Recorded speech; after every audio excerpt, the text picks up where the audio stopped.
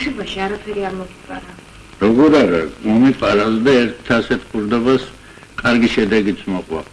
მახსოვს თხილი მოვიპარე კოლმურნოვის ბაღში და მეველემ დამინახა და გამომეკიდა, რაც დამიჭერდა მოხუცი იყო და მე ახალგაზრდა. გავიქეცი საღამოს კანტორაზე დამიბარეს თავმჯდომარემ და მითხრა თხილს რატო იპარავდი, მეველეც იქ იყო.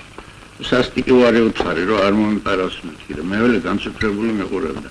და მე ვუთხარი ეს მოხუცია ალბათ და ეჩვენა ვიყავი მეთქი და გამომიშეს და გზაში დამეწია მეველე და მითხრა რომ შვილო ნოდარო ადამიანს აქვს შუბლის ძარღვიო. ის რომ გაუწყდებაო, მერეო იოლია ძალიან ცხოვრებაო და ნუ გაიწყვიტავ მაგ შუბლის ძარღვსო და ნუ დაიწყებ თავიდანო, ნუ გაიოლებ ცხოვრებასო. ხო, ესა და ეს როგორც ერთ-ერთი ცნება სახარების ისე დარჩა ჩემს ცხოვრებაში და ვცდილობ რომ ის ნამუსის ძარღვი, შუბლის ძარღვი აღარ გავიწყვეტო არასდროს.